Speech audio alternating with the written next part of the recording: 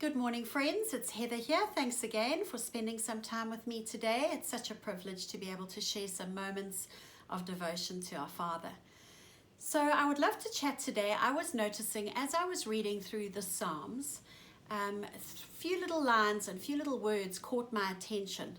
And it was the psalm that I want to read from the scripture today is Psalm 34, verse 15.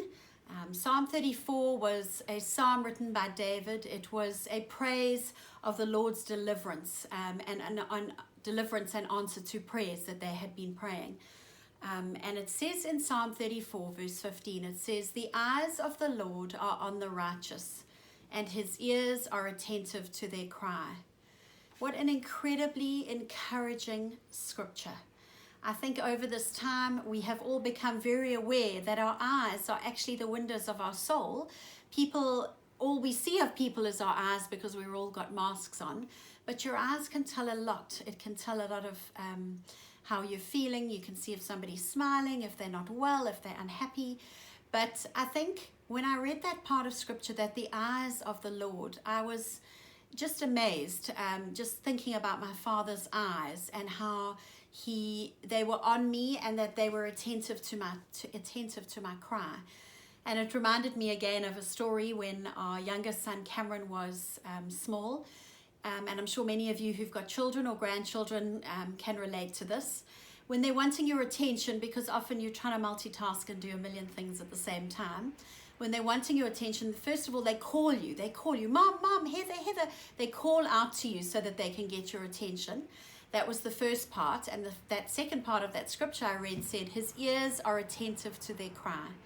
You know, even if you're doing something else and your child calls you, you look up and you turn your face towards them. And then Cameron used to go one step further. He was very small, and if I wasn't focused on him, he had to see my eyes. He would come and he would take my face and he would turn my face so that he could see that I was looking at him, so that he could get my full attention.